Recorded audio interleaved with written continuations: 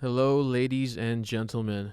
Welcome to episode 19 of the Culture to Christ podcast. We have an exciting episode for you guys. A friend of mine from high school is going to join us today.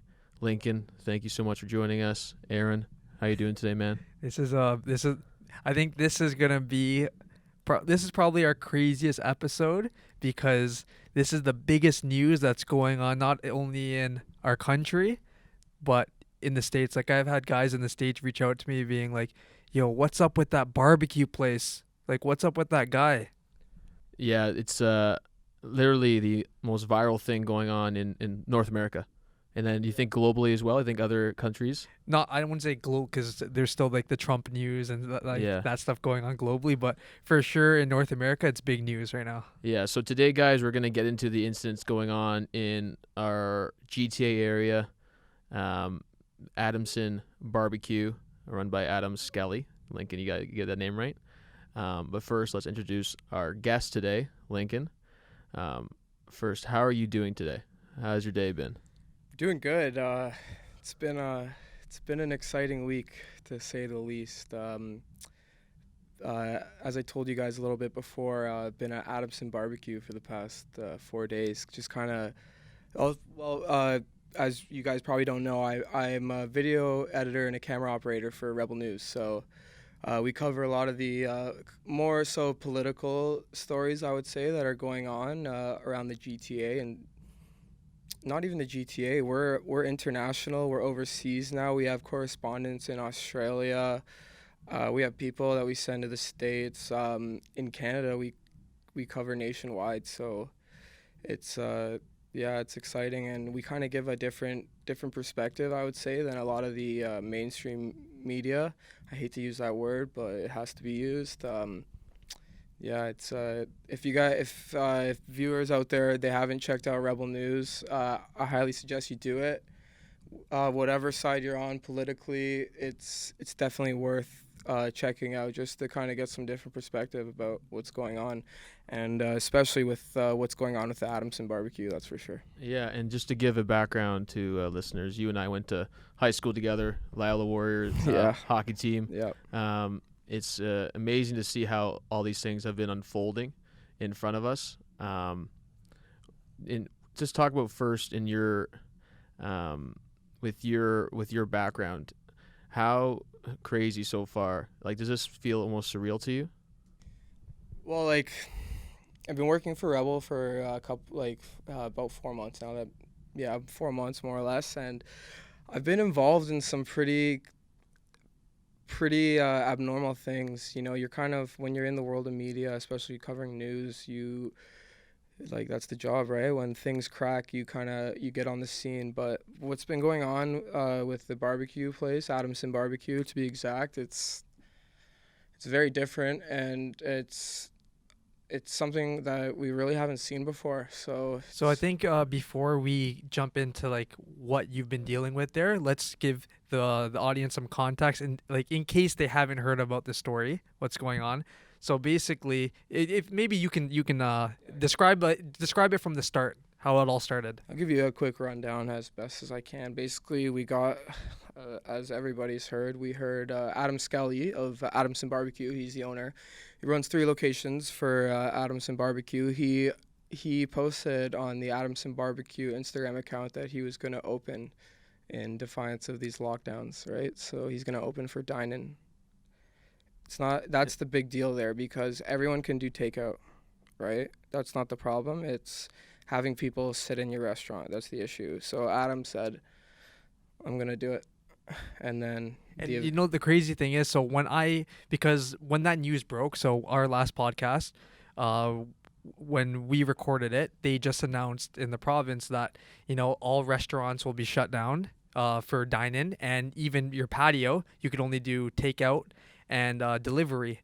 So when you and I talked about how, you know, how do people find motivation in that episode, right?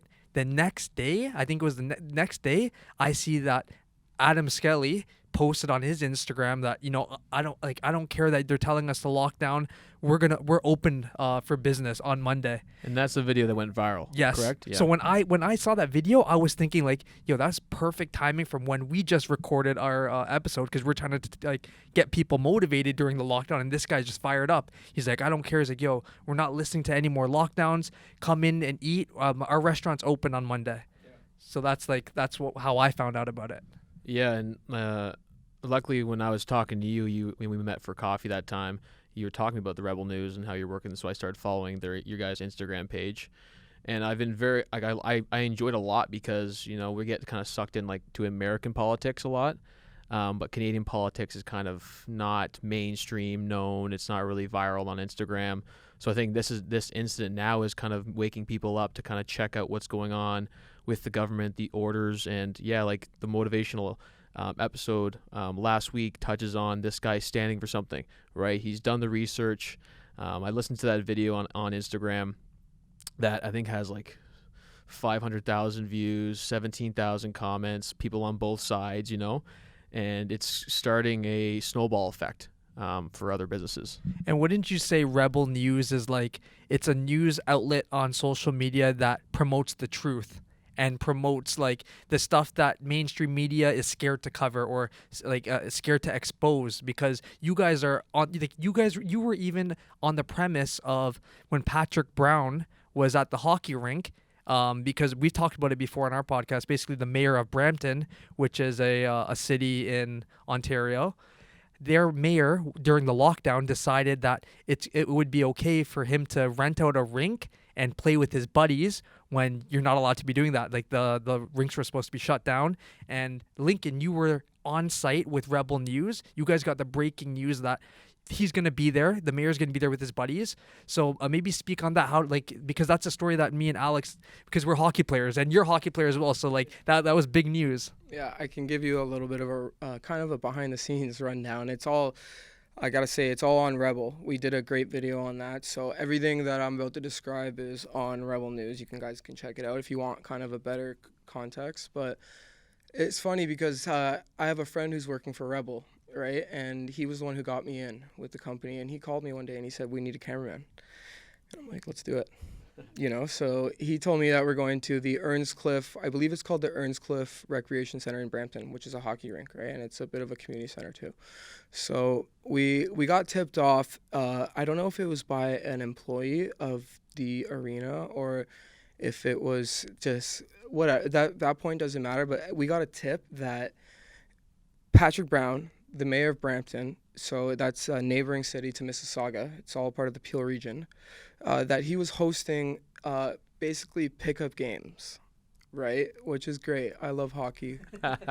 We all love hockey. Way to be, Patrick Brown. But let's get to the story actually first. So we got tipped off that he was going to be hosting hockey games, which he actually has been hosting hockey games in that time period for about, I think it was like 4 or 5 weeks that he was hosting these games for him and his buddies. So that's fine. But during the time, it wasn't fine because the ice was only supposed to be rented to people practicing, right? So the big flaw there was that he was bringing people out to play shinny. And again, like, that's okay.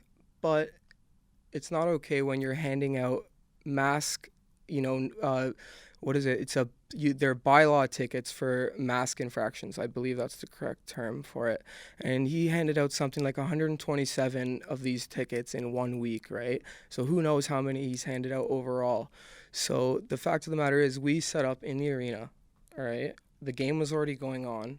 We actually witnessed somebody bring in 2 bags into the arena So we found out later that that was Patrick Brown's bag, had his name on it. Do you guys have to everything. hide when you're in the arena? How do you guys get in the arena? So there was security in the arena. David Menzies, who is probably the most, he's probably the most well-known reporter for Rebel News. Shout out David. He does like the best work. He's a pleasure to work with, and he got all dressed up in Toronto Maple Leafs gear and brought his hockey bag, hockey sticks, everything, totally undercover, and tried to get into the arena. So me and my buddy Mocha were waiting in the car, and we sent David in first to kind of check out the scene. They have Paladin Security, who is what the city of Brampton uses as their kind of like at the time they were parked at parks, like any kind of outdoor recreation center, at whatever you want to call it. There was Paladin Security there on site, so they were there covering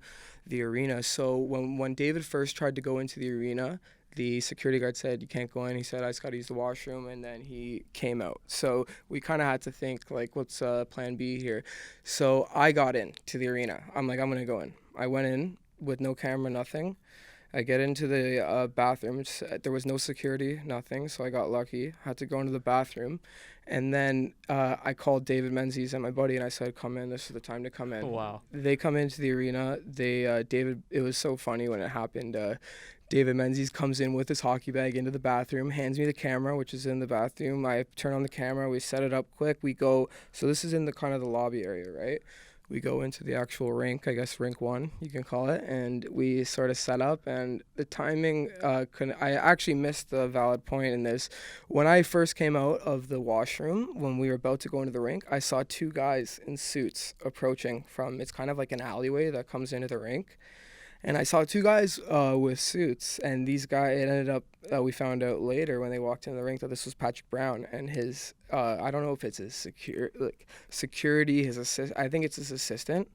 So it ended up being them. I didn't know it was them. I said, me and my fellow cameraman, we said, let's get into the ring just in case. We got in, set up, and then little did you know that Patrick Brown comes walking in. I know you guys have seen the footage about that kind of dumbfounded look on his face when he got caught without a mask in a public facility in Brampton, which he has been handing out tickets to civilians. The funniest part of that story, though, was when he had to leave his bag, right? Even though his bag says his name on it, and he just tried to, like, when you guys were recording him saying that, "Oh, why are you playing hockey? I thought hockey's supposed to be shut down and you're not allowed to be playing. You're trying to tell everyone to social distance, this and that, wear your mask. You're not doing any of that, but you're playing hockey with the boys." And he's like, I don't know what you guys are talking about. Like, I'm not playing, but your bag is right there. So it was just like, that's why I was dying, because it was on 6 Buzz. That's where I saw it. So there's he set himself up, with his response and everything, and he kind of tried to retract his statements. I think it was on 680 News. I'm not sure. It was on one of those morning news stations on the radio. He admitted that he does play hockey with his friends, and I can't get too technical on this. I would have to check the actual evidence, but the bylaws were changed in the coming days, a few days after that you were allowed to host shinny games. If you're a mayor, like, did he if you're friends with the mayor, you're allowed to play hockey. Oh, okay, if you know politicians, you can get in there. But that was the stupidest thing, though. Why would he put his name on the bag? That's what gave it away. He could have, if his name wasn't on his bag, it would have been harder for you guys to prove that he was actually going to play, because he could just be like, "Oh, I'm just like, I'm here to watch." Or monitoring, or I'm canceling the games. Yeah. He was just, I guess, my only answer to that is, he was just that comfortable with what he was doing. So who knows how long these games were going on, if they're going on during the pandemic. I wish I knew Patrick Brown. Yeah, right? Get on the skate. Yeah. We're all that's what we would be doing. But then again, what Lincoln's point is, don't go and promote social distancing, that rinks are locked down, that you shouldn't you're be the playing mayor. Because you're the mayor, and then you're out there playing. Well, it touches on the point how we talk about politicians and they're actors. They're actors, and the corruptness that goes on. They have the power to tell you what to do, but because they have power, they like you said, they like to play sports too. They like hockey. They want you to follow, but don't do as I say, not as I do. I just want to say, like, it's like I said, we're all hockey players. I would love to be, like, I understand why he wanted to play hockey and stuff, right? And when you have that kind of power as a mayor, it would be very tempting to do these things. But the fact of the Especially with all your buddies pressuring you. Bro, we know you have the keys. We know you have the keys. yeah. So He's in WhatsApp group chats. All his men's leagues are like, bro, come on, bro. No one's going to find out. So I don't want to say that I sympathize with him because I don't. Were you like extremely nervous during that time when you were getting all that stuff? Or do you get excited to do that kind of stuff? Like, to be honest, when I was first starting, so like there's a lot of haters. Like, Toronto is a liberal city. It is. It's a left-wing city. Even people that don't know that they are on the left wing, it's just it's a liberal dominated city, right? So it's a tough subject, honestly. But it's good that you were actually there, because you guys exposing that story, which went viral, like it was huge.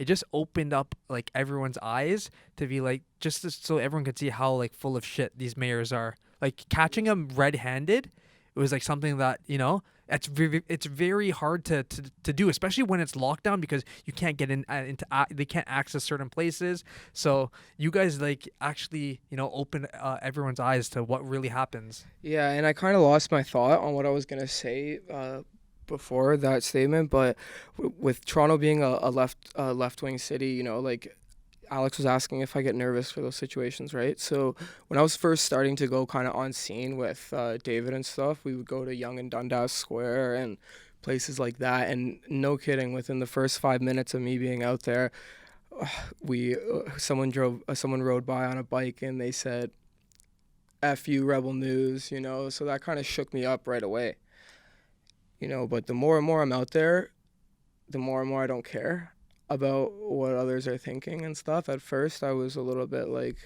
taken back, shaking a bit. Because it's for anybody to be out there doing this, and people are saying things like that. It's it's different, but it takes a lot of courage to go against like I would, for me, if I was there with the camera in front of Patrick Brown, knowing he has security and everything, it takes a lot of guts, because you know what's coming next. And what came next was they called security and police to ban you guys like from the premise. So like you have to deal with all that bullshit and the headaches for having the balls to be there and expose the truth. Exactly. It's amazing how like you guys are trying to share the truth so everyone can have it, because when we have access to all the information, we can make the best choice for ourselves.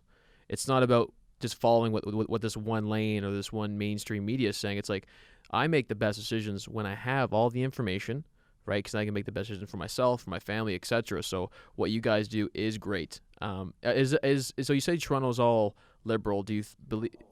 Do you think the most of the population in Toronto, say GTA, do you think people are very liberal, left, whatever you want to call it? Majority. It's almost like we like to call it it's like a false sense of being woke. It's a lot of these topics are very complicated. They're extremely complicated, Well, let's talk about how what has changed for you, going from college and in being in video and production and working at Rebel News. How have your mindset changed a bit? Seeing more information, seeing the truth come from another lens, more conservative lens. How have you seen yourself changed? I think it's more easier to talk about that.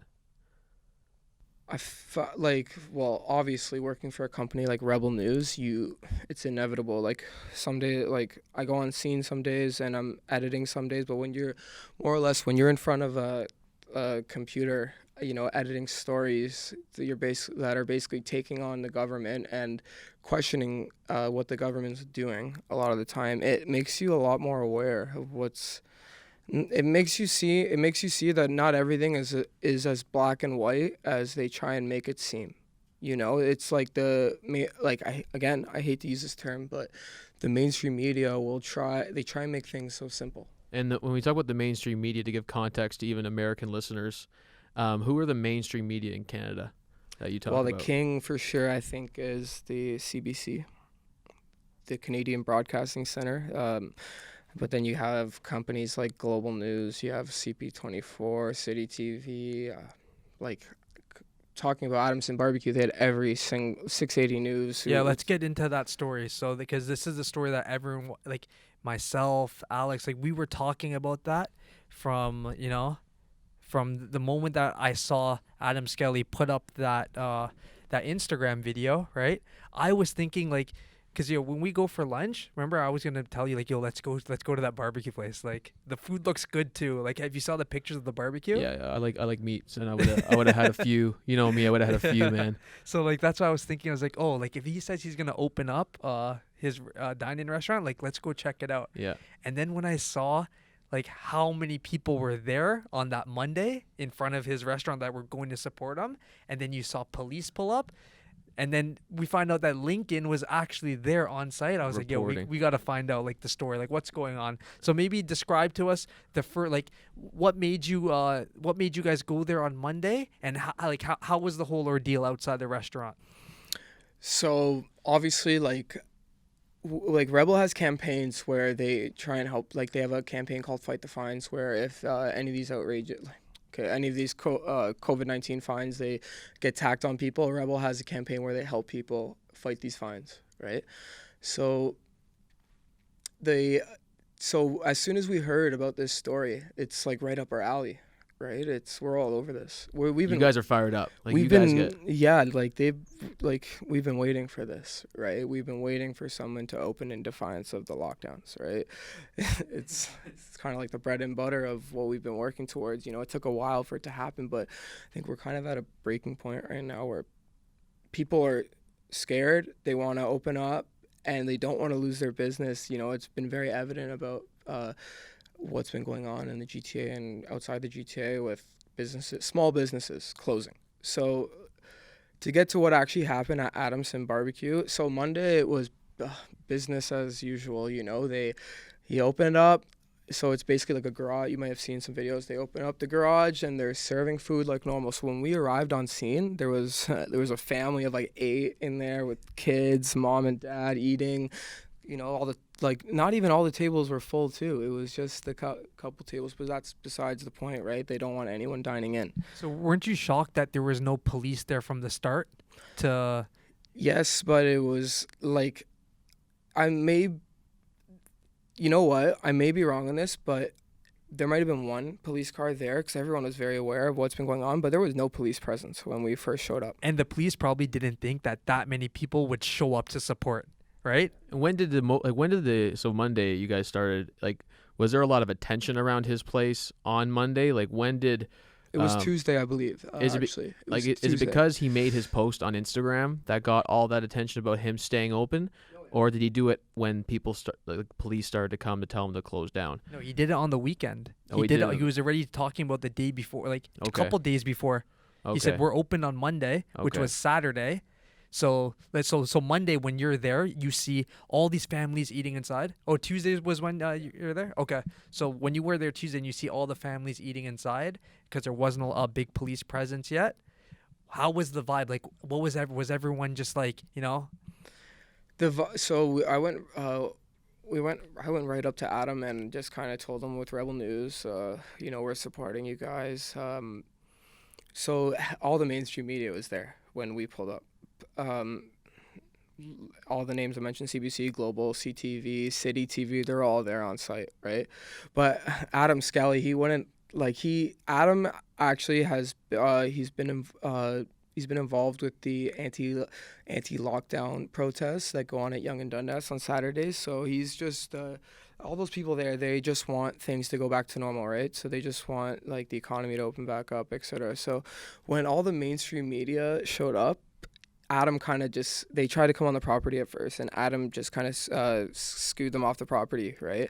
Because he knows what's going on, if that makes sense. He knows like what they're trying to do. They're gonna try to take one clip of him, exactly, spin it on their exactly. He's defiant. He's aggressive. He's not thinking of public safety. Yeah, he just wants the money. He just wants to play the narrative. They'll cut those.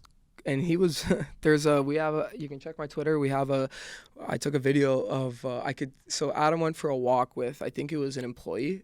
So this is at the end of the day. So basically, to rewind a little bit. So it was business as usual. He was serving takeout all day. He sold out around, I don't even know, around 2 p.m., sold out of food. So that was it. So the police were inside. They were very respectful to one another. Adam was, he's like, they're just doing their jobs. You know, he's very aware of what's going on. Right, so the police just they didn't issue any fines that day. They did make a statement though. Like Adam, it was a little crowded in the restaurant, and Adam had everyone quiet down, and the police. I don't know if it's the police chief, but it's kind of the top dog, I guess, in those correspondence, and he said that anyone that's in this facility is subject to potential fines, right? But there was no fines laid down that day. That first day, they gave him a red notice from the health inspector, right? And that red notice means you can't even serve food, takeout, or dine in. Like, you can't do either. Yeah, you're closed, right? And I wanted to ask you, from that red notice that they got, is that what made him lose his license? Because now there's big news saying that he never had license to operate. But in my head, I was like, that's because they just took it from him 2 days ago. Is that correct or no? I can't touch on that. I don't know. I don't know. Because if that's the case, like, taking how stupid that is, you took away, you gave him a red notice, which took away his license to serve a couple days ago, and now the media wants to say, oh, he got a ticket for not having a license, but you just took it away from him. So what do you expect? They'll make it seem that he's been operating all this time without a license. Yep. Yeah, it's that would be a big setup scenario. I wouldn't be surprised though, because they try to defame character. That's a big thing on news. They want to try to defame the character, that he's not noble, he's not standing up for anything, that he's not a good businessman. No, he has 3 restaurants too. Yeah, he runs 3. So in my head, I was like, how can someone who has 3 successful barbecue places, which are known, not have the proper license? Exactly. I was like, come on, man. Right. But I'll look into that as well. I know that was to touch on that. I was pretty confused too about that.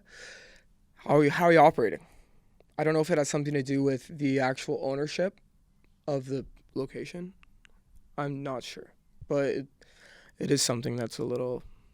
It adds some context to the story, right? And people when he decided that he was going to open up, right? There were so many people that I saw on social media that, we call them the sheep of the world. We're all trying to take him down, being like, this guy's so irresponsible. You think your barbecue place is essential, like it's a necessity. And, there were some people that responded to them, which, like, what I would say is, what's the difference between him opening up and Costco opening up? Costco has way more people. Walmart has way more people in there. This guy's serving people food where it's like, if the virus is going to be in his place, the virus is also going to be in all these other places. So just make it an even playing ground, right? Yep. So and there is a Costco, isn't there? A Costco right the funniest thing about this whole thing is we actually started the day 2 video on this point. There's a Costco, as David Menzies likes to say, packed to the gills with people. The parking lot's full. And it's so ironic, right? Just walk into an LCBO and look how many people are inside. How many people are grabbing bottles, like this and that, touching everything. It's like, who runs the LCBO? The government. Yeah, that's we've been saying that for so long. A lot of times, yeah. And the crazy thing is, I told you this before, Alex, that if every business were to open up together, the court system would be so backed up where they wouldn't even be able to, to tell you have to pay this fine, or, you're getting in shit, because there's not enough policemen to be at every business if everyone had the courage to open up. And that's a crazy thing where it's like, because there's been so much fear instilled now into people where they actually believe and they think that, no, we have to stay closed because we're keeping the community safe. But when I need groceries, I can go to No Frills. I can go to all these places, Walmart, Costco, and if I put on my mask, I'm safe there. It's okay because this is essential. Who determines what's essential or not? Every business should be considered essential, because if you were the owner of something, how would you feel? 100%. And all the police officers, they're getting paid. They're doing, To touch on that, I want to say, it's. Like I've said, it's a very complex situation, right? It's like extremely complex because you have all those police officers there. Like there was almost like probably 40 to 50 police officers there. So Tuesday, did it get busy? Like really, police officers started showing up on Tuesday a lot? No, so Tuesday, business as usual. Wednesday, same kind of vibe, a little bit more of a police presence, also a little bit more of a crowd, and like attractions picking up, like random people are showing up. Yeah. And was it even kind of people for the business to stay open, and then also people against it? No, or was it was mostly all. There was like 1 or 2 straggler protesters protesting against him opening up. like insignificant though compared to the numbers that were there on his side, right? And that's excluding the police officers that were there. You know the thing about the police officers though, like with that whole situation, like me and Omer were talking about that, where the police officers, they don't necessarily agree that businesses should be shut down. They're doing what their supervisors are telling them what to do, right? There's for sure cops who are just like, yo, like, why are we even blocking this guy's business? Like, if anything, I want to go inside and eat too, but I have a family to feed, like, an obligation. Yeah, if I it's can not just their choice. If I can just touch on that for a second, what I was gonna say is that, like, we understand that think about it. The police officers are there, right? So let's say the police officers get sent there and they say, no, I don't feel comfortable going, whatever. The guy loses his job. Now that police officer can't provide for his family. So it's a very tough, that's why I say It's a double-edged sword. it's a super complex situation, but it has to start, to fix it, it has to start from the top to the bottom. Until then, it's going to remain the same, because those police officers, I would bet that like 75% of them, if they had the free choice, they probably wouldn't want to be there, right? But like I said, they have they got families to feed too, so It's like just the health ministers. It's it's Doug Ford. It's the top that that enforce what's going on. Like, even if you see when Doug Ford was like, oh, I feel sorry for him because I don't want any small business to have to close. Then step up and change it. Don't say that and then the next day you're like, oh, I was being I was being nice to you, and you still want to open up. It's like, bro, you're trying to play both sides. Like, pick a side and stick to it. Doug Ford's in a tough spot because, a lot of the people that are at those, a lot of like the persistent and consistent protesters that are there every week at Yonge and Dundas, they're the keeners, right? It's like they're called the Line. So the group is called the Line, and they're anti-lockdown, right? For the most part, there's a couple other like subgroups, like there's Hugs Over Masks. There's a few other.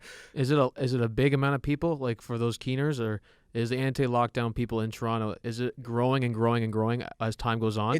It's weird because there's been a few Saturdays, so it's every Saturday they run that. I cover them. I'm working there, so I cover what's going on. And from what I've seen, there was a 1 week that was huge, because it depends on who they're bringing as guest speakers. So like they've had 1 week where there was an ex-police officer from Quebec who came all the way down to Toronto to speak about what's going on, right? So some of those events gain a bit more traction, but it's hard to put an exact number on how many people are involved, to be honest. You know what's so dumb too? Frank, Frank Zooks. Mm-hmm. He was our buddy who plays hockey. He was telling me that he was at the LCBO last week, and when he went inside, because sometimes some places enforce the mask more than others, right? So when he went in, they told him, put your mask on, sir, and he put it on. After he bought what he needed, when he gets to the front to pay, the lady goes, can I see your ID? Like, wants to card him. So he gives his ID showing he's of age, obviously. And the lady goes, could you remove your mask so I can see, right? And Frank goes, no, you just told me to put my mask on. Like, I'm not taking off my mask. We're indoors. I'm supposed to be wearing my mask. So, right? And then she's just like, yeah, but I need to see that this is you on the ID. And Frank just stood his ground. He's like, nope. He's like, the law is when I'm indoors, I have to have my mask on. So it's you guys didn't think of that policy when you guys were telling everyone, wear your mask. Yep. Right? So you see how stupid this rule is? Yes. It's like, what does that make you look like? It goes to show, too, that it's not about the mask. Has more to do with your compliance than it has to do with the fact of your health and safety. They want to see you have to wear the mask, but then we're going to tell you when we want you to take it off, right? We talk about it all the time. Wear a mask when you walk into the restaurant, but when you sit down, coronavirus can't get you. Right? It's I can sit down and eat a meal without my mask on. Coronavirus knows, oh, damn, it's sitting down, so I can't go there. But if I stand up, hey, mask on. So it goes to show, too, like I touched about it a lot, about our systems we grew up in, the government. We're really good at following rules, especially in Canada. We have a lot of, freedoms and blessings, but we have to understand those freedoms and blessings came because people fought for it. We sometimes forget that these things are fought for. Our rights are fought for. They were not just given to us. Here, do all these things. No, people, they protest, they riot, they some good politicians step in. Part of We'll go to history. war. Yeah, you look at the history. And now if we don't continue to fight for our rights, like we see right now, they get taken away. So Yep. all of these, every time we're compliance with more lockdowns and everyone's okay with it, every business is cool with shutting down, it just gives the government more ammo, more fire to be like, everyone's complying, we can continue. So that's why Adamson Barbecue, Yep. they're trying to make an example of them that, if you try to be defiant, right, you're getting arrested, right? Your business is going to get shut down. But we know that if everyone came together, if every small business and big business came together and just opened up, Started doing it. Yep. just everyone opened up, nothing's gonna happen to you. There's not enough police to shut down everyone. Yep. There's way more businesses in Canada and in the States as well than there are policemen to enforce. and even judges and people in the court system.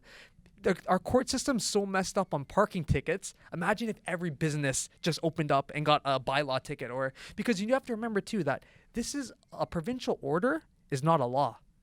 So Adams Skelly, he's not breaking any laws. He's just going against provincial orders, which provincial orders change all the time based on what the health, so quote unquote experts are telling them with these fake corona numbers. Yes, and we're very grateful for like guys like that, because it makes us even more stronger to do more episodes like this, because we've been talking about this stuff, and to see it actually come to play in our country, in our city, locally, and then have you, who I grew up with, who's literally on the scenes filming like that. There's no such thing as a coincidence like that people need to talk about this. And thank you, Adam Skelly, for doing that, because hopefully another small business will be like, let's do it. I know gyms are doing it more. There's a gym in New Jersey that you told me to listen to. Not even just New Jersey. There's a gym in North York that after Adam Skelly said he's opening, he opened up his gym as well. That gym owner was at I guess he got inspired by what happened on Tuesday and opened up in defiance, but it wasn't like what happened at Adamson Barbecue. He was, from what I know, I saw a picture with locks on the doors, so from what I'm assuming is that there wasn't a big, like, what happened at Adamson would have happened a lot sooner if there wasn't protesters there. These guys were there was a standoff between the police and protesters. Complete standoff. So get into that. But wait, before we get into that, you know what happened to that gym owner though? Because I want to explain to people. So the guy who decided to open the gym, right?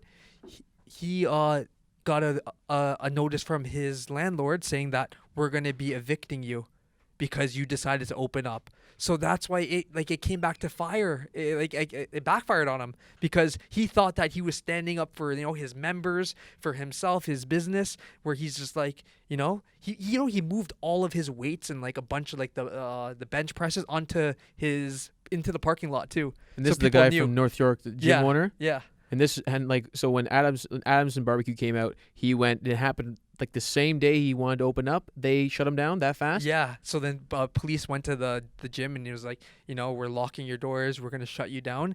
And then the owner's like, that's not even the worst news. The worst news is I just got a notice from my landlord saying that he wants to kick us out now because the landlord thinks you're being irresponsible. This is my property, which you're renting from me, and now you're putting people at risk in my by keeping your gym open. So it's like, bro, like now he probably regrets doing it, and that's the tough thing.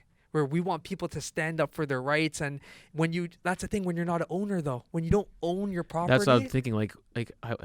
If I'm sure he thought of maybe he knew his landlord personally that he could do it. But yeah, like if you don't own it, you're automatically gonna be like he should have went to the landlord first, telling him the news, and then did it. But at the same time, it's like, bro, you have to be able to stand on your own 2 feet sometimes and make your own calls. Yeah, and like you can't. It's a loss. Sometimes we say losses are important. Yeah. Like it's a good lesson to realize maybe I want to own something so I can make those calls, and all the hits I can take personally.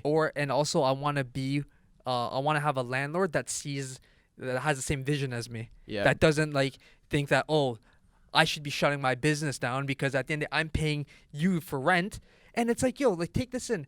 He's paying for rent when his business is closed. So in his eyes, he's like, he should be like, I don't even care to have the relationship with the landlord anymore. I want to go to a new place. Obviously easier said than done. We have all the gym equipment, you invest in money and time, but this is the world we live in right now. It's like, if you're not standing up for yourself, who will? Adam Skelly made a point that he said this to us on camera that his business wasn't going to make it through the winter.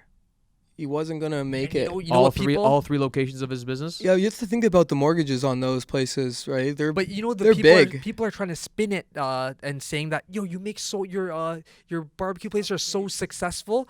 Like you don't even need this location to be open. But that's what people do. They like to pin you in the corner even though they know nothing about your business, and they like to say that what you're doing is for your own self profit. You don't represent all the small businesses. You just care about your place selling barbecue. And with this whole, with what's going on right now in the world with the pandemic and stuff, for like when people see this stuff on, like people that watch the news on TV, when they see this guy opening in Defiance, they're like, wow, this guy is putting everyone at risk. He is seriously putting so the whole theory is that the people that are there will get the virus. You guys know, and then they'll spread it to other people. Boom, boom, boom. So people look at it like, why is he doing this, right? And in his eyes, I guess he feels, I'm not disagreeing or agreeing, but he feels that he has every right to open up. He knows his business it's not looking good. When right? your livelihood's being challenged, yeah, exactly. when you're living is your livelihood for your kids, your family is being challenged, you will do whatever it takes to keep it going. Some people, not a You're lot, right, right? you're right. Like right now, But- we're seeing that some people rather just Yeah. get stomped on. Yeah, and so take praise the God loss. for Adam Skelly, because it is very difficult, because with government, you can stop, we'll just give you money. You can just stay afloat for this time being. We'll give you this printed cash that we're printing at high rates. But when, listening to the gym owners even in New Jersey, it's like you get challenged to a point where it's like, I got to stand on my 2 feet and fight back, because, he followed all the conditions, even though the first lockdown was probably a big hit for his business. The lockdown goes on for how long? Was it 6 months? So it's like, how long does it come to a point where the government's bullying people, right? It's like slowly pushing you back. You take a couple steps and then it backs away, and then just slowly pushes you till you're off that cliff, right? Until you'll get to a point where he can't even open up his business ever again. It's very tough to pinpoint exactly what's going on right now. And like, it's like, I always want to give the government the benefit of the doubt with what's going on. But they've had It's 8 getting months to deal with it. 9 months. It's getting very odd because the WHO is advising that lockdowns aren't the answer. Okay, so that's been said. And then we have big businesses, big retailers, as we all know, like Costco. We have Walmart. I think those are the two big players in Canada at least. Correct me if I'm wrong, but these guys are selling flowers. Let's use flowers as an example. It's greenhouses, florists that are closed right now. And these are small and that's businesses. the main source of their income. So it's very tough not when you think about these things, it's very tough not to think that maybe some sort of narrative is trying to be pushed or being played here, right? Like, but I don't want to jump the gun on anything. I don't know, because a year from now we could, with the vaccine coming out and everything, this is my best case scenario, okay? We release the vaccine. Those who want to take it, right? So that means that anyone who's vulnerable, scared, whatever the case may be, they have the vaccine. They're fine. And then anyone who doesn't want to take it, that's their right. There's no risk of that person who hasn't taken the vaccine to spread it to anyone that's scared or at risk, whatever the case may be, because they're vaccinated, right? So in the new year, when the vaccines start rolling out, it's going to be interesting to see what kind of rules and mandates are applied to, like you guys have probably heard Ticketmaster, right? How they're saying that they'll be doing vaccine checks to attend concerts. But why? I saw that. Why should that matter? Why should that matter? It goes back to the point where if you're not vaccinated and then there's a vaccine out there where people who are scared can take the vaccine, everyone's fine, right? Those people who don't want to take it, it's fine. Very good, because it's not going to spread to someone who has the vaccine. And if they want to die from coronavirus, let them die. Yep. How are you to? The point is, you can't decide people's lives for them. Yeah. You can't, like, It's if very weird. you're gonna take away people's freedom, you have to make it even playing field. Like I said, lock down Walmart, lock down LCBO, lock down everything, so everyone's the same. You can't pick and choose what you decide is essential. That's where the problem lies. And that's when you know that there's corruptness behind certain, like there's certain sectors in, in every country, in every business where they're not being looked at like in the same eyes. So like basically if you look at someone who like a hockey store, right? A hockey store, they decide it's not essential because, there's no food there. But if you have a store that sells food, or you sell like what is it, like a pharmacy, they're essential. But who's to decide what's essential and what's not for people's mental health? That's what I don't get. And that's what blows my mind, because hockey in Canada is essential. That's what I mean. Yeah, hockey in Canada, from a personal standpoint, of course, hockey family, growing up in hockey. But think of the amount of kids that wintertime comes. It's hard to go outside and play. You get cold, you get sick. Hockey, the parents want their kids to do something to stay active. Like, hockey is a big sport in Canada. And the gym, especially in Canada, gyms are essential. We have winter. Like, we have vitamin D, no vitamin D. 10 feet of snow sometimes here. So what do you expect people to do, right? I understand if you live in Florida or something, you say, okay, you can run outside year round or work out outside. In Canada, I'm sorry to say, a gym is essential. People's, hockey rink, people's ways of staying fit and active is just as essential as it is for someone who needs a beer or who needs alcohol or who needs to eat, who needs fast food. It's all the same shit. Yes, and if we look at the suicide numbers, what did you tell me in Japan about the suicide numbers? Like, no one wants to talk about, about the mental health, we'll get into that, but even tell me the numbers that got released in Japan about the numbers. So 2,000 people there died from COVID, but 17,000 people have committed suicide during the same time period. That's not discussed, right? And even here, it's like I haven't seen one news headline related to suicide. And you know what? To touch on that point, and the number is 98%, like survival rate living right now. It's like 99.6%. I can't confirm that, but does that mean surviving or just not having the virus at all, not being tested positive? I don't want to comment on that because I don't know the technical terms, but it's up that person. It's around that ballpark, that percentage about people that get infected with COVID that survive. But that doesn't touch on like what my father likes to say is that there's side effects that come with it afterwards, right? Which I don't know. I just like. Well, I don't want to get into a touchy subject, but sorry, go ahead. Do you want to talk about your close friend?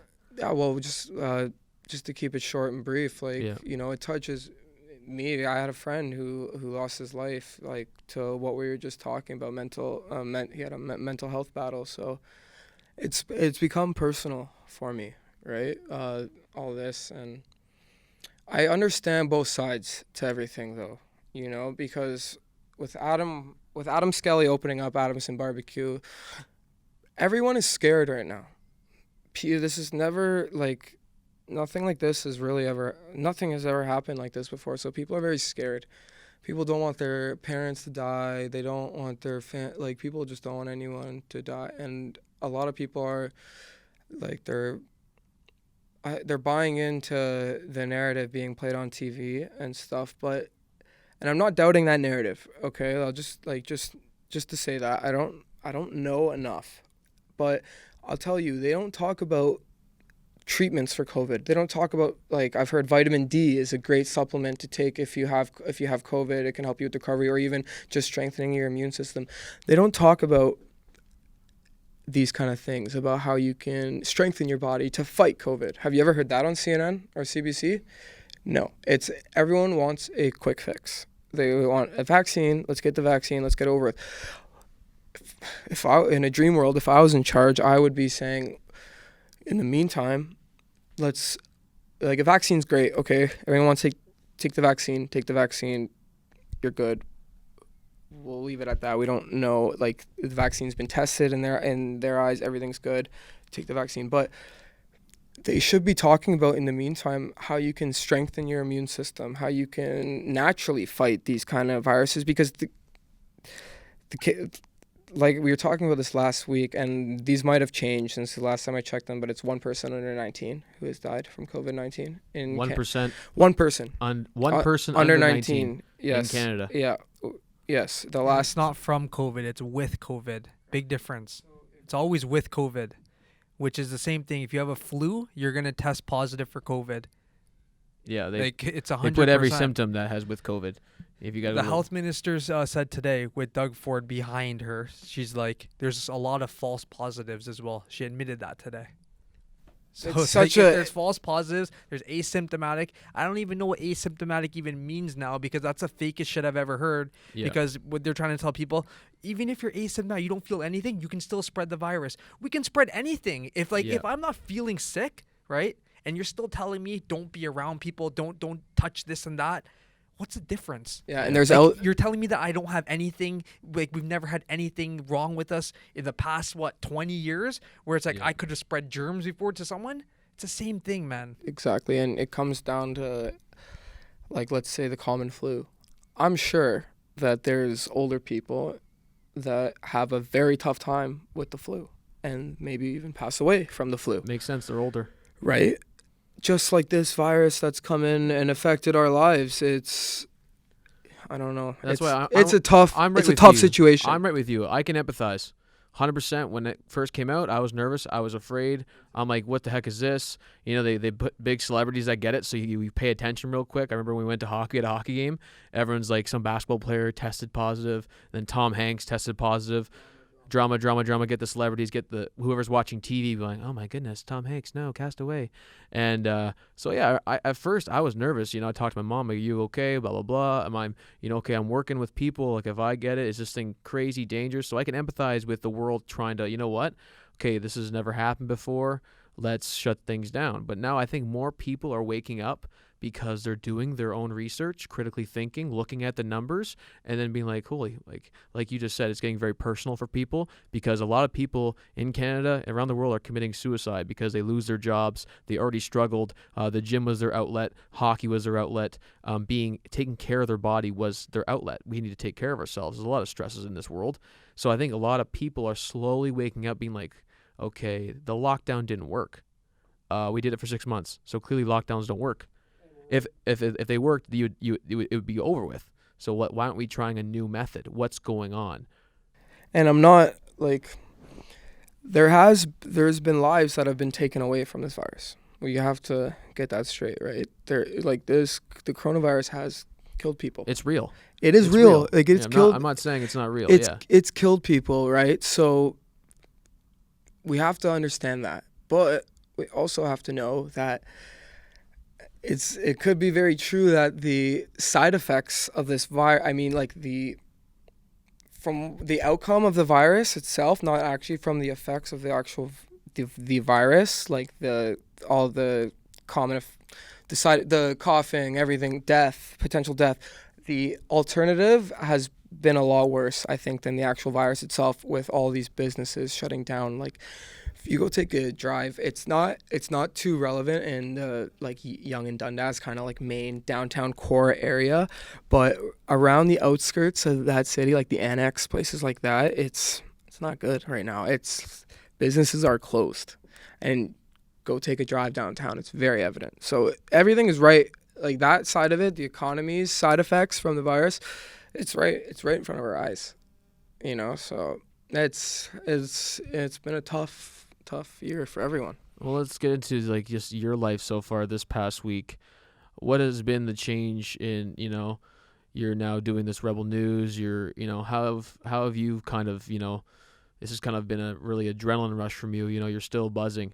What's been like, how's it been for you during this? We'll get more into the details of Adamson Barbecue, kind of more things happen, but how has it been for you, shout out to your Twitter, your Twitter's going, what's your Twitter handle? Let everyone know your Twitter handle. Yeah, follow me on Twitter, Lincoln MJ. I just started doing this recently, but I'm doing live reports from the scene. So I'll post some videos, pictures about what's going on at the actual scene. So I've been doing that for the past. I started on the second day at Adamson, posting these kind of updates. So it's cool because it gives people like a sneak peek at what's to come, right? So people see where they're at Adamson, Rebels on the scene.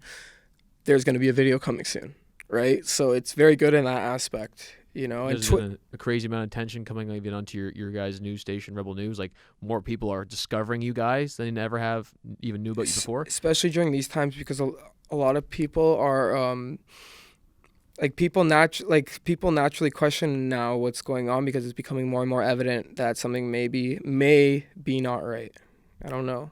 Because I didn't even know about Rebel News until you and I met for coffee, and then you were telling me, yeah, I'm working for this place now, and I'm like, I started following them, and it has been helpful for me, you know, a more conservative look about the other side, you know, that people aren't sharing.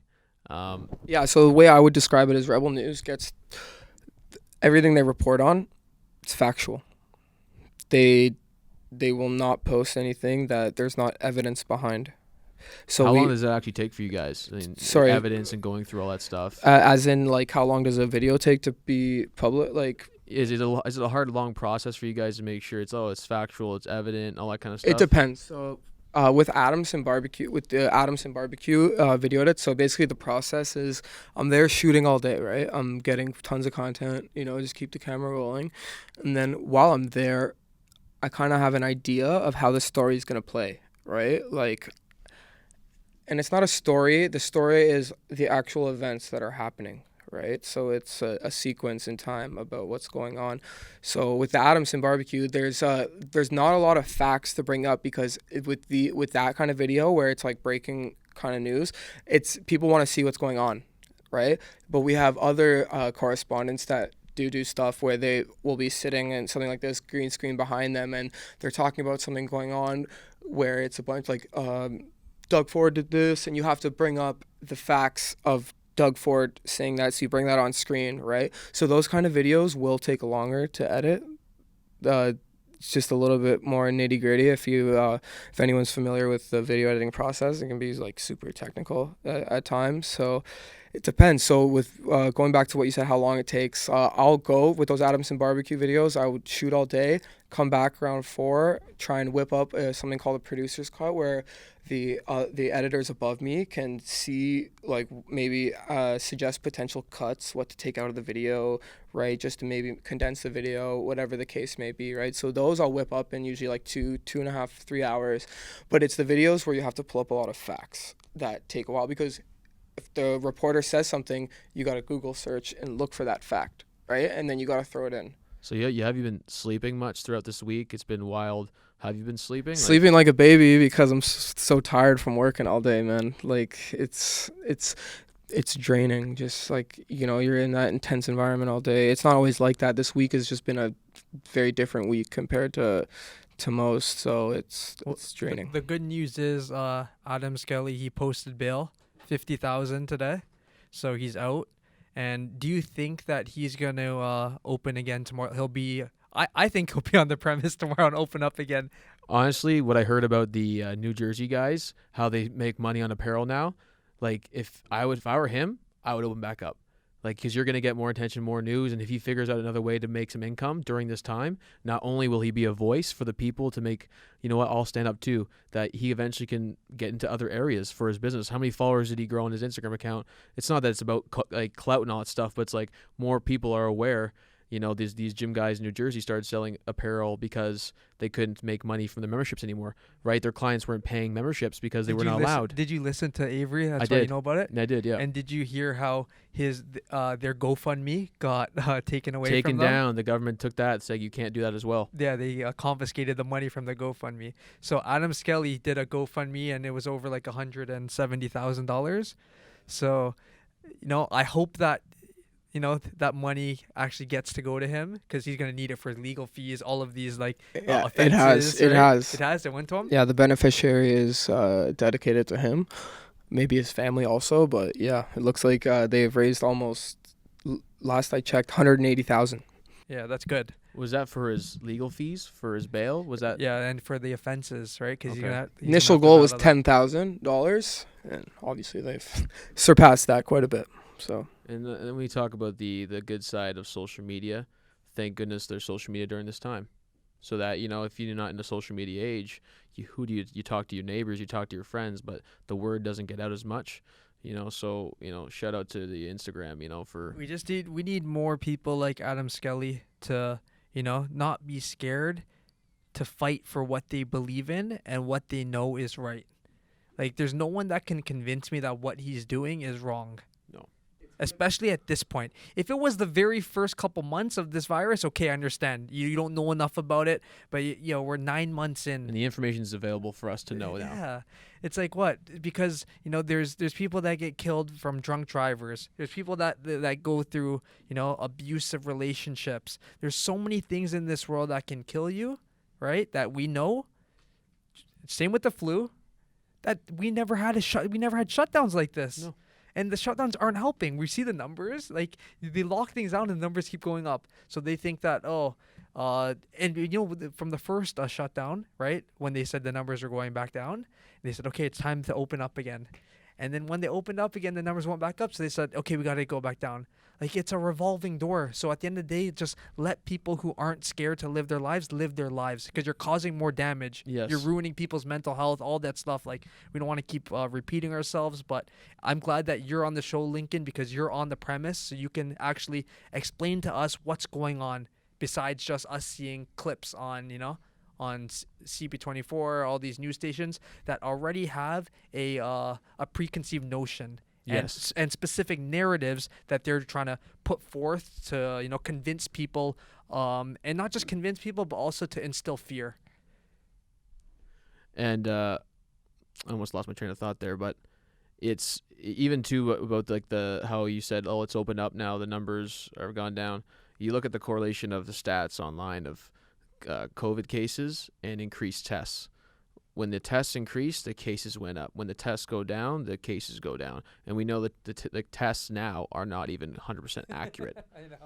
So the numbers don't even actually tell anything. The numbers just say, oh, yeah, more people want to get checked, to tested. Right on. Like, there's no – and I've been working and I've seen, like, people aren't dropping dead with coughs and all this stuff. And it's old age homes. Like 40% old age homes. 40% is old age homes, of course, because – 4% from the gyms. Yeah, old age homes are already treated like shit, right? They're already – abused, and the whole story about Quebec we talked about earlier. They're more susceptible to dying from a virus. Yeah. Obviously. Yeah. Like, it's not news.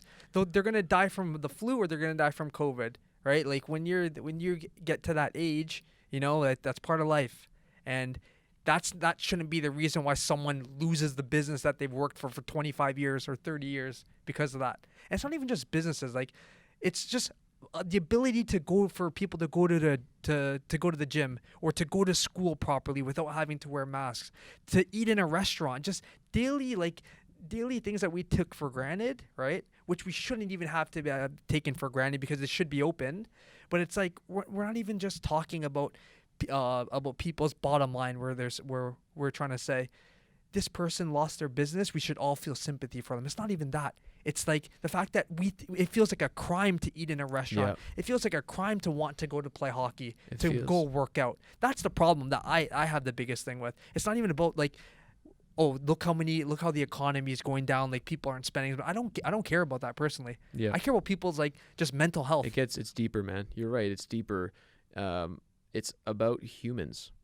It's crime to be human, to be loving, to go to church, to hug your grandmother, to high five your coworker. I'm told when I'm waiting for food, hey, your mask, your nose is showing. It's like, hi, how's your day going? We're creating divisiveness. We are lacking connection. We are dehumanizing the planet. It's more about looking and we're hiring people to rat on other people. You're not wearing your mask. Put your mask on. And to be honest, it's because a lot of people fear death. You want to hear something crazy? Yeah, go ahead. You want to hear something crazy? There's a Mennonite community in Wellington County, so basically Guelph. And we've been covering this a bit, and they're the city, or I think it's the city, is they're forcing the restrictions and the lockdowns on the Mennonite community. So these people, like, they gather every Sunday for church, whatever. They're basically isolated, right, from the world. So the fact that they're trying to come into these communities and change their way of life and stuff, when they're isolated as they are, that's when it's like the Mennonites, they're an easy target for them. again, I don't know exactly why they want to do this, but all I know is that it's fishy and it's weird. And Mennonites is I'm honestly not too sure about the background of Mennonites. It's a faith. It's a type of. Is it a faith? Yeah, like they don't use any technology. That's they're just very like old. They ride in horse and buggy. Like it's a very big step back from how we live for sure. And how is it in this time for you? Obviously, we talk a bit about faith and spirituality, and has any of that kind of stuff kind of lingered now in your mind? Thoughts you have now about your future and family? Have you ever has that those questions come to you at all? Like what you believe and what you've kind of looked up to, how you're where you kind of shift your focus? Like I always just wherever I am in life, it's just about trying to do what's right. That's what it comes down to. Whatever I think is morally right. And I think that all ties into what's going on right now.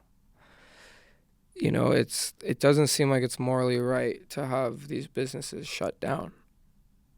Like it's very tough to see these small businesses just drowning like this. Like what you said, with people who have like put years and years and years, basically dedicated their whole lives to these operations and these businesses. Could you imagine seeing them just crumble like that? Well, we don't have to imagine anymore. It's been happening. Like it's reality now. Exactly, but That's imagine, a crazy thing. and imagine you like one of us, yourself, whoever, being in that situation, right? So, Do you think it takes? You think Adam? Did you get to know Adam Skelly when you were there a bit? Talk to him personally one on one, or are you just busy filming? Yeah. Does he have any kind of faith background? Was there something bigger and deeper, like instilling in him? not that I know of. I know that from my interactions with him, we did talk not quite a bit, but we had some interactions. We did numerous interviews with him, and he just, like, when he was getting taken away, and you guys can check out the video that we filmed for Rebel. We got right in there with the arrest and everything, and when he's getting arrested, when he's getting taken away by the police, in basically the end of the first chapter of Adamson Barbecue, he's chanting on the way out, small business, he's obviously he's not just doing this for himself. He's thinking about other people. I think what he wants to do is he's trying to be a leader in this. He's trying to start something, right? So it's like a domino effect. So that He more wants to give other business owners courage to know that, like, if we're not going to stand up for it, nothing's going to change. That's a reality. If he didn't do what he's doing now, this conversation doesn't exist. And us Exactly. talking about this, like, there's other people who own businesses as well that listen to this podcast, and who maybe even they would want, even if they don't own a business, they would maybe see Adam Skelly, what's happening there, and they want to go and support. They want to be out there being like, like what we did. We wanted to go eat there. Yeah. We just knew that would be a shit show with all the police and stuff. But I would have pulled up my Instagram, go IG live. That's what I would have done. that's what a lot of people were doing. Like, it was just like to see the Mounties come in on the horses, charging in there pretty quick too. Like, how much taxpayer dollars were wasted there, right? For trying to shut down the guys. And what a lot of people are saying, which I see, is what the government or the city should have done is, he opens up day 1, fine him. He opens up day 2, fine him again. He opens up day 3, fine him. Fine him. The fines add up. That's what they should be doing. But the reason they're not doing that is because of what's going on right now with the pandemic, right? They see it as, and this is how honestly most people see it, not everybody, but I think the majority see it as, this guy's putting people's lives at risk. He's putting people's lives at risk. Do you think that's most of Canadians? Do you think most Canadians watching it on mainstream really think this guy's trying to kill people, he's trying to spread a virus, he's being dishonest? Or do you think Canadians are other sides? Or yeah, honestly, I think they do. They think he's irresponsible right now. For sure. I had some, like, when I'm posting the updates on Instagram, Twitter, whatever it may be, like, the people are outside, right? And they're at this. So for day 4, for example, like, the property was completely closed off, gates boarded up, windows, everything, and there's people outside, right, congregating, and I had some people saying like they're literally no one's wearing a mask outside. When did it become?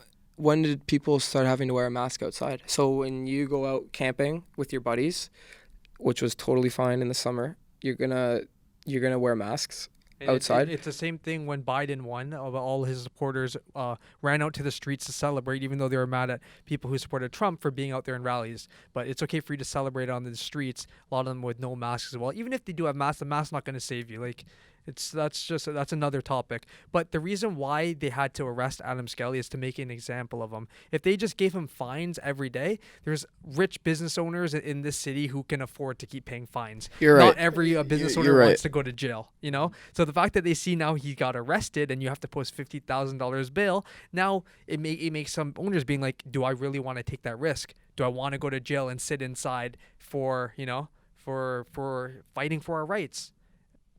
And we'll see where this story unfolds. Like, we're living in it right now.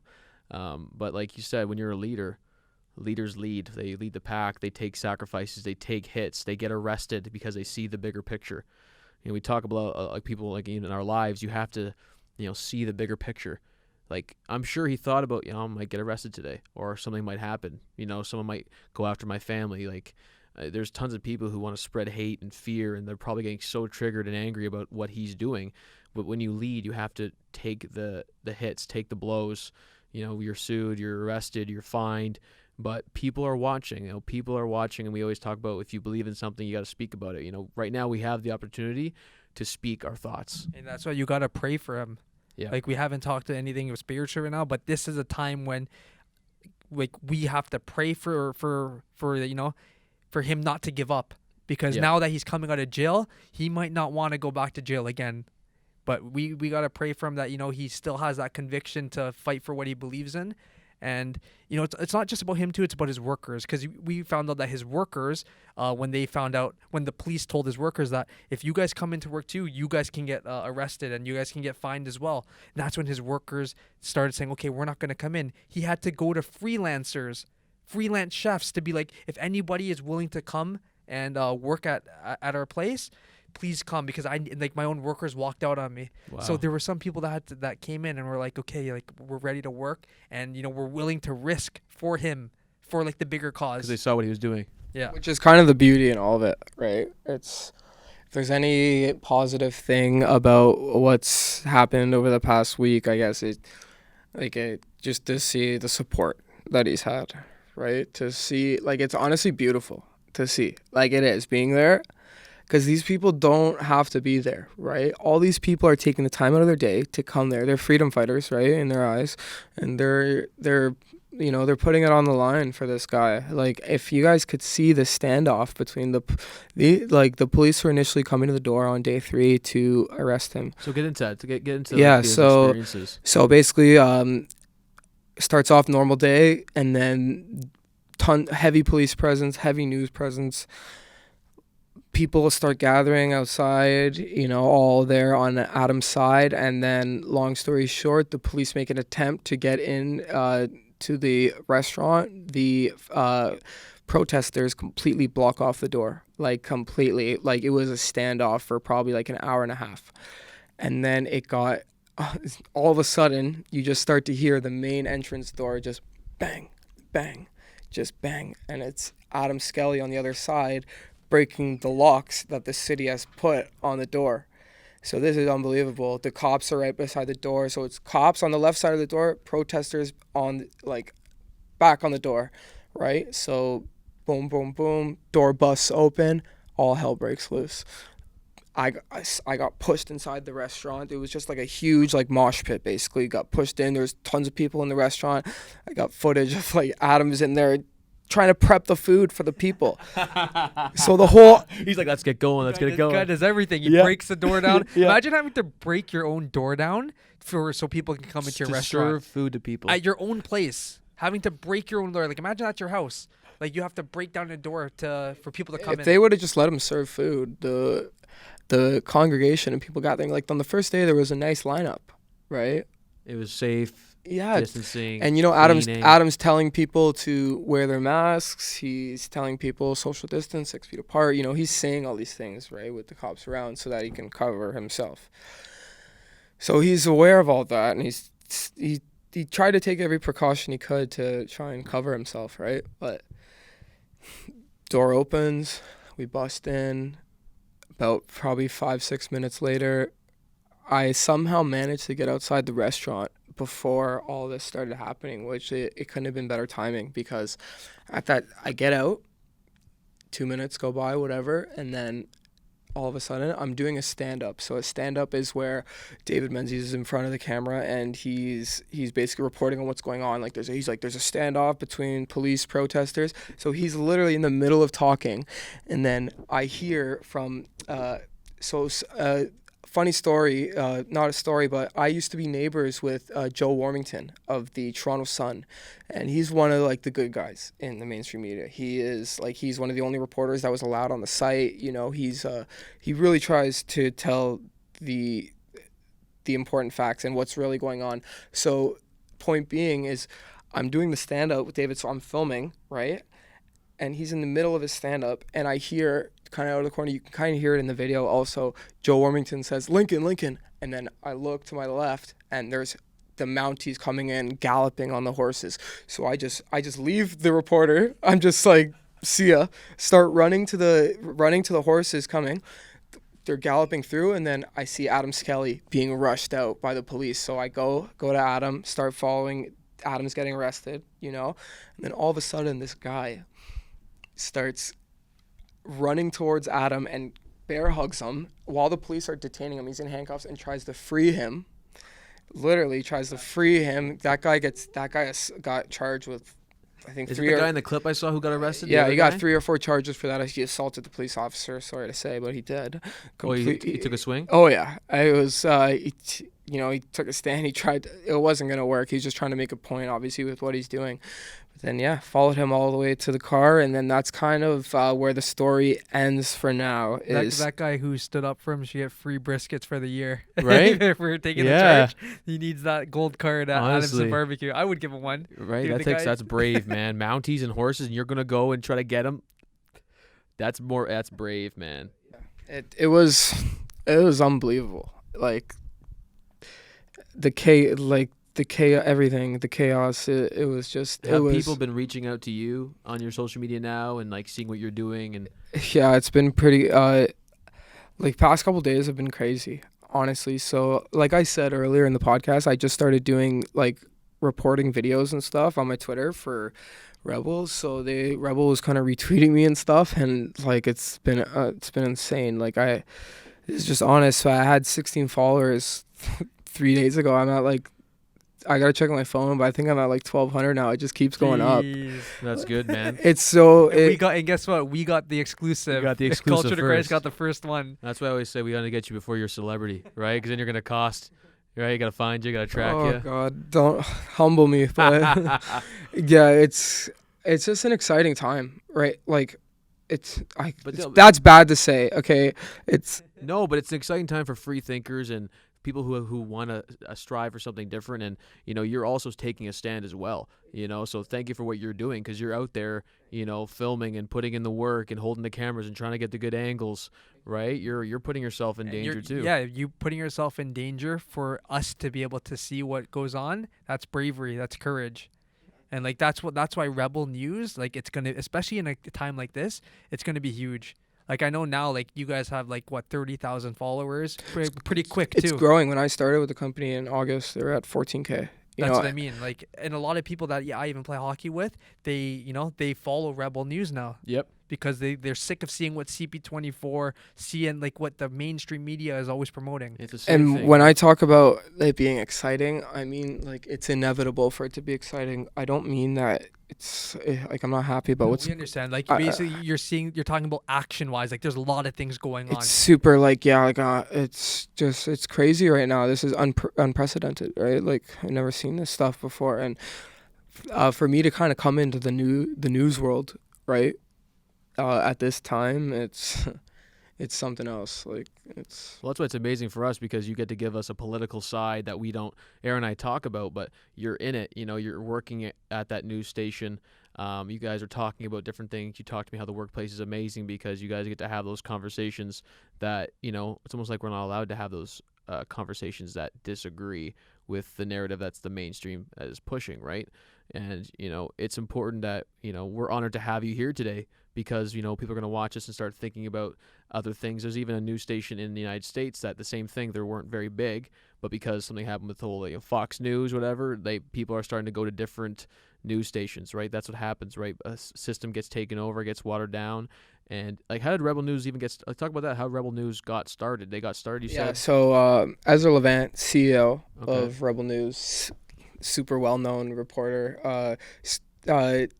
So him, David Menzies were like journalists, live reporters for Sun News. So the Sun had a news station, right? And that's kind of where they started. So the Sun folded. I don't know the exact year that the Sun folded. I think it was about 7, whatever. Within the last 10 years, they folded.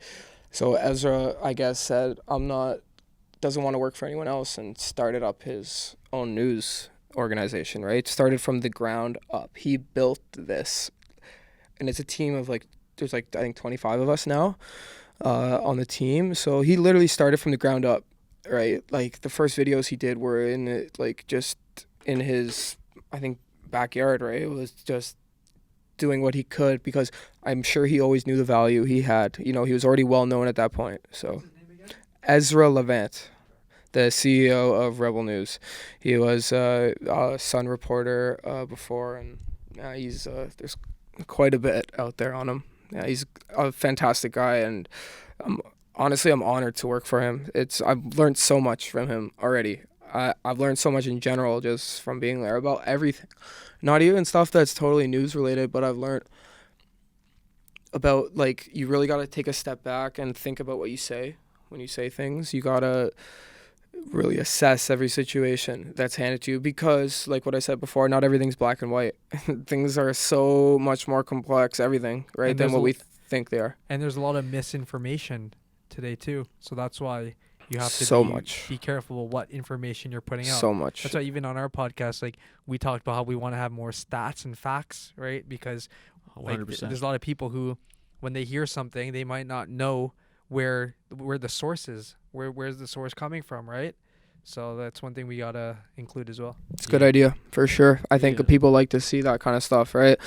Because that's what separates you from the mainstream.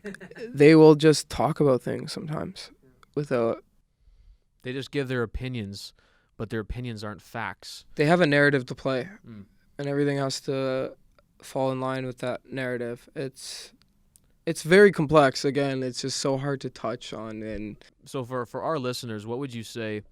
I mean, you express yourself, express your opinion. What would you tell our listeners in this, what this experience has maybe taught you, seeing, you know, how man stands up for his business, arrested, what you've experienced through this time? What can you, just one piece of advice or a tidbit that you've kind of taken away from all this currently, and there's more to come?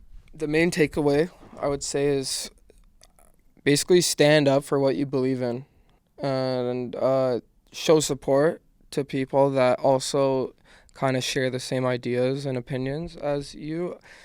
I mean, think about if Skelly, like, the reason why it was so big and stuff is because of everyone coming out and stuff, right? And why he, you know, like, if he just got thrown in jail without any support from the GoFundMe, whatever, he's totally on his own. So the main takeaway is that there's always going to be people there for you, I think, and there's always support, you know, and that stems down to the love always overpowers the hate when you're coming from an honest place. And so Adam Skelly got that support because he knew what he was doing wasn't wrong, or else he wouldn't have, like, all those people waiting to give him money and support him. Like, the guy got $1,000 in just cash donations when he opened his door the first day. Wow. He posted it. So it's like, you know, in life, when there's no risk, no reward. 100%. Now, is his GoFundMe page still live, still active? I don't know if it's been. How does that work? Do they it basically Well, like I think cash? we should even put it up on our link. Yeah, Put that stuff up. that'd be a great idea. I don't know if the like I'm not sure exactly how GoFundMe works. If once you stop, you withdraw the money, it's over. I'm assuming that's how it works. I don't know if. They probably gotta open. They gotta keep it open now if he's planning to open up again, because he Exactly. could get back. He could get arrested again, and who knows how much that bail will be. Because me and Omer were saying that $50,000 for bail, that's pretty high for someone who, like, okay, yeah, he opened his business against provincial order, but I would think that'd be less than 50,000. Yeah, that's. They probably didn't the- want him to be able to post that. The initial goal was That's what they do. 10K for the GoFundMe, right? And obviously they completely surpassed that. I think I might have mentioned that before, but there you go. So it's that's, I guess, the main takeaway is that, whatever you're dealing with, I think there is support out there, right? There is people who are going to stand with you, unless obviously there's exceptions to that and stuff, right? But if you're being morally right, people are going to know that you're being morally right. People will always see the truth, and like you said, love trumps everything, right? So that kind of provided, like, gives me a bit of hope with everything going on right now. I really just want everything to go back to normal. I know that it can't exactly right now. Maybe it could in a perfect world. I don't know. I don't want to get into that kind of stuff, but we really need things to kind of get back to how they were for everyone's mental health, for the economy. And those are the main two factors, right? But I think mental health is the most important thing with all this, because people being cooped up inside, people like to eat and they like to go to restaurants, right? But a lot of people like to go to restaurants for the fact about going out. It's, like, to be around people, the energy, everything. That when that energy is taken away, it's I don't know, it's something that people need, I think. Is that why even like you're still on adrenaline rush, because that energy that was at Adamson Barbecue was like unreal? And I don't feel that, and I don't, like, there's no clubs open, nothing, like, not that, but like there's nothing going, like, it's against the law basically, unless you're protesting, to be in these large groups, right? You think these club guys will just start saying we're protesting in the club? Well, it's funny because someone we're protesting. Well, I hope that club owners they come together, and there was a club owner who came to Adamson Barbecue. He spoke with David Menzies for a bit about opening up. I don't know where that is right now. But see, the difference is, though, like with club owners and a guy who's cooking for people and selling food, it's two different things. Because I guess you can say that a club is not essential because people don't need to be out partying during a time like this. But then again, if I'm a club owner, who are you to tell me that my business is not essential? Because you're not the one putting the money. You're not paying for the lights and the hydro. So that's why, like, I say that if you can't pick and choose what's open, right? If you're gonna close everything, close everything. 100%. Leave grocery stores open, okay, but then close down Costco, close down Walmart. Yeah, and that's what the government doesn't talk about. Holistic health. They don't talk about the different areas people need to be healthy. Some people are healthy because they love to go dance on the weekend. Like, that's their exercise, that's their enjoyment. They love music. I loved going to clubs, hip hop, dancing like crazy. You see me dance now. Like, I love dancing. It's a form of expression. It's a form of love. It lets out, like, stress. But right? They're all equally important. Mental health, physical health, spiritual health. All three are key. Mm-hmm. So don't take that out. Don't take that away from people when you need it more now so than ever before. Well, this has been. Thank you so much for joining us today, Lincoln. Flew by. This has flew by. Like, thank you so much for sharing your thoughts and your experiences that went on at Adamson Barbecue. We'll attach those links. You guys can go check it out. News.rebel on Instagram, and it's just about staying woke, spreading a good message about people and connectivity. The right kind of woke. Right? Yeah. Connecting people to the truth.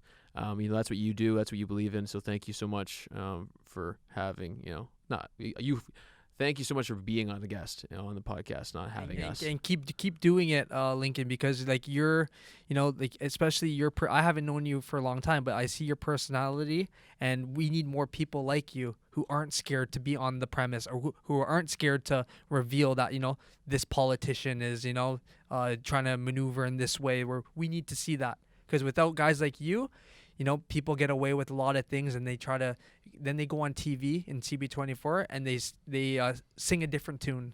Yeah, and I want to thank you guys first of all for having me on the podcast. It's a pleasure. Thank you very much. This is my first podcast, so it's a stepping stone, and I feels good, and it's a pleasure and honor to start it with you guys. And I just want to say one last note that all these people, like, unless you're at the top, you always have someone to report to and stuff, and everyone has a family to feed, right? So these police officers that are in front of Adamson, whenever they get sent, whatever the case may be, even with politicians, they're reporting to somebody too, in a certain sense, right? So there's always two sides to everything, right? And it's like I've said numerous times over this podcast, everything is complex, tough situations. So we always have to try and keep that stuff in mind when we are analyzing situations and stuff. But at the end of the day, I think the truth will always come out, and hopefully what's right will prevail. Amen. Well, thank you guys so much. Make sure you guys, if you guys like this video, you listen to it on Apple Podcasts, subscribe to our Apple Podcasts, leave a review, what you think. Leave a comment on our YouTube channel. If you guys have any questions, check it out. Share it if you believe in it. Lincoln, thank you so much for joining us today. Stay tuned, everyone, for more great episodes of the Culture to Christ podcast. Peace.